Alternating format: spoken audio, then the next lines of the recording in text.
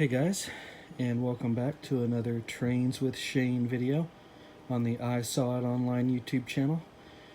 I'm sorry there hasn't been an update for a couple of weeks, but I've been busy with end of school year activities with my girlfriend and her boys.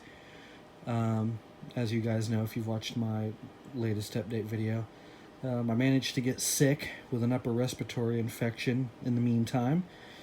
And that had me down for almost 2 weeks.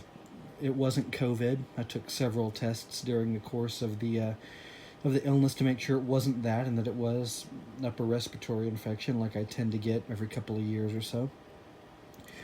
But that just means that there's been no work on the layout over the last couple of weeks. There has been stuff happening, as I'm going to display here. As you guys know, I am in the Dallas, Texas area, and between Dallas and Fort Worth runs the Trinity Railway Express, which is a little commuter outfit. And recently, as you guys also know, if you've seen my previous videos, they have bought a couple of EMD F40pHs, which is one of my absolute favorite passenger locomotives. So I had a friend paint one up in TRE colors, as you see here. What you guys haven't seen yet is what TRE fans will also recognize, if you guys are out there, both of you. This is an EMD F59ph, I think. I don't think it's the PHI. I think the PHI has the more streamlined nose on it, kind of like the Siemens locomotives and stuff do. This model right here, also made by my friend out in California, out of a Kato F40ph shell, or not shell, a chassis. The shell actually came from a Canadian outfit called Kaslo Designs, Keslo. It was originally designed to go on an Atlas GP38 chassis, but we couldn't find one of those new for a reasonable price.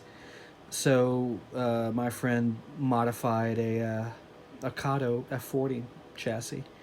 Seems to have worked pretty well. The proportions aren't 100% with what a real F59 looks like, but you know, it's my railroad, so I'm willing to let it slide. The kit, though, despite being pretty fiddly to put together and paint, according to him, looks really great. You guys can see down in here, it's got the little shield, or whatever you want to call it, on the front of the handrails there, which is painted in the red and white safety stripes. He went ahead and put ditch lights in this thing for me. Has the headlight all hooked up. Number boards are not lit. There is a rear light as well, which is kind of cocked to one side, like on the real units, and I thought that was pretty cool. Moving down the consist, we have some Athearn Bombardier coaches. And these are what the TRE uses. These are not custom paints. These are actual cars that were put out by Athearn. As you can see, we're getting really near towards the end of our line here. I got two separate numbers, 1002 and 1057. As far as the road numbers of these engines go, I think I have seen 130 ahead of 121. Although I may be mistaken, it may have been 130 ahead of 120. It doesn't really matter. Potato, potato. It's possible that these engines could be lashed up like this. I have seen the F59s ran on their own with 2 or 3 coaches. I have seen them ran in this configuration with the F40 on the head end, followed by the F59, and then a couple of coaches. I have seen this doubleheader ran with as many as 3 of these coaches, although from some of the local rail fanning videos that I've seen and from what I have observed when I've been in the downtown area, they typically run just 2 coaches, I think. But either way, these little Athearn deals here are by far individually the most expensive passenger or freight cars that I've ever purchased. They aren't cheap. Apparently, Athearn didn't make a whole bunch of these in TRE colors, and the people who have them, unfortunately, are proud of them, and you got to pay the monies. And it's a Texas flag, guys. I got to do it. I love my state. There are no people that are just kind of wishy-washy on Texas. Either you love it or you really don't like it. But I've lived here my whole life. I love my state. I'm very proud of Texas most of the time. But yeah, here is my first complete custom commuter consist. I have other consists. I've got a Amtrak stuff, and I've got Southern Pacific Daylight passenger train stuff. I've got some New York Central. I've got some Santa Fe Super Chief stuff, but that stuff is pretty common and you can get it all over the place, especially Santa Fe War Bonnet Super Chief stuff. And honestly, it's kind of one of those things that every model railroader should have. I mean, if you haven't owned a Super Chief, well, I say Super Chief, if you haven't owned an EMD F unit in Santa Fe War Bonnet colors, then you just haven't lived. That, and it's probably the most produced diesel electric model ever, because every kit had one in it. So anyway, long story short, this is kind of the only update I've got as far as anything new.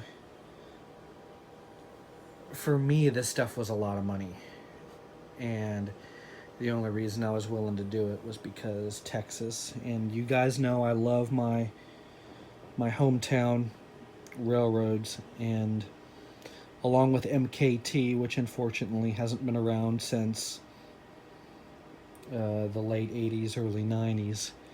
The TRE is still in service, running daily from what I understand. I've never ridden it. I plan on it. It's on the bucket list. But I just wanted to share with you guys some of my stuff that I'm most proud of.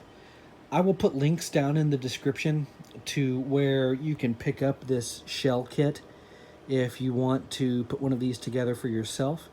I will put a link to my friend's Facebook group where he puts these together as a side business. More as a hobby. He really enjoys doing it, and I certainly don't mind paying him to do it because he is a ton better at it than I am. He also is probably going to work me up some more MBTA stuff, despite the fact that MBTA is not local to me. I just for some reason like their color scheme. So I've got an F40 for them, and I'm going to get some cars made up just to have something to display. But let's see if my little battery-powered unit down here will juice both of these locomotives. When these run by, guys, take a look at the lights on the F59. They're really good.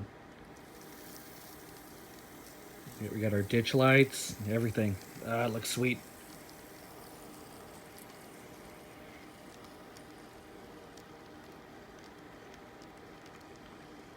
Unfortunately, I can't run this consist out very far because it is about exactly half the length of my switching layout.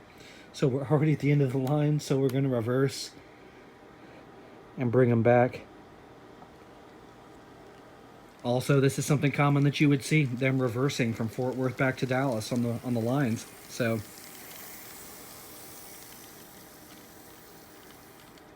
Yeah, just a little bit of fun for our Motive Power Monday, which we haven't had in a while. I want to thank you guys for tuning in. I want to thank you guys for sticking with me. I, again, apologize for updates not being weekly like they used to be. Work has been hectic. The boys' school schedules have been hectic. At points, my heart just hasn't been in messing with any hobbies. And I've been sick a couple of weeks. I'm finally over that for the most part. So, yeah, hopefully getting somewhat back to normal. But we're getting into the summer months. Electricity bills going way up. Fuel bills are going way up. I know guys have it a lot worse than I do, but I just spent $5.07 a gallon to put gas in the car, which is unprecedented. And its deleterious effects, of course, on shipping, making everything more expensive as a result. I'm not going to get on a big rant about the economy, guys, but this is stupid. And I think it's due to nothing but pure profiting by the oil and gas industry. If there was a problem with not enough supply, then we'd be facing shortages. We're not facing shortages. All we're facing is price gouging. And I think there needs to be big oil and gas corporations held accountable. So anyway, with that, I'm going to sign off. I want to thank you guys for listening to me rant for a few minutes. I hope you guys are doing well. I hope you guys are staying safe. And above all, I hope you guys are staying happy with your hobby. So until next time, I'll see you soon.